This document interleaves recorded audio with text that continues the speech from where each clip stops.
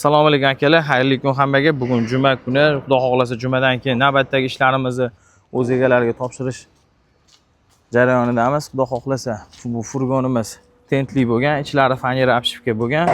Bir tomonlama, ikkinchi tomoni bo'lmagan. Qo'llariga e'tibor beringlar, butun bo'lib, chiroyli qilib solib berganmiz.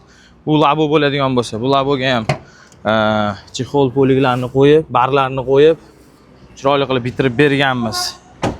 Gaz balon metan shaffof qo'yildi, zashni duga qo'yildi, tunika obshivka bo'ldi. Xullas, rezinka solindi. Bu furgon bo'ladigan bo'lsa, o'zimizni bir yaqin akaniki, ismlari Sardor akalarga jo'natib qo'yasizlar deydi-yu. Xullas, gaz propan qo'yildi. Chotki koronalar qo'yildi, ichki tomoni video registrator, hamma ishlari bitta. Akani ham Xudo xohlasa. Hop, bu yoqda yana bitta Shinray T32 bor, bitta Shinray T30 bor, bitta labo bor. O'sha hisobda 1 2 3 4 5 6 ta ekan. Chiroyli qilib akalar ishini bitirib beraveramiz.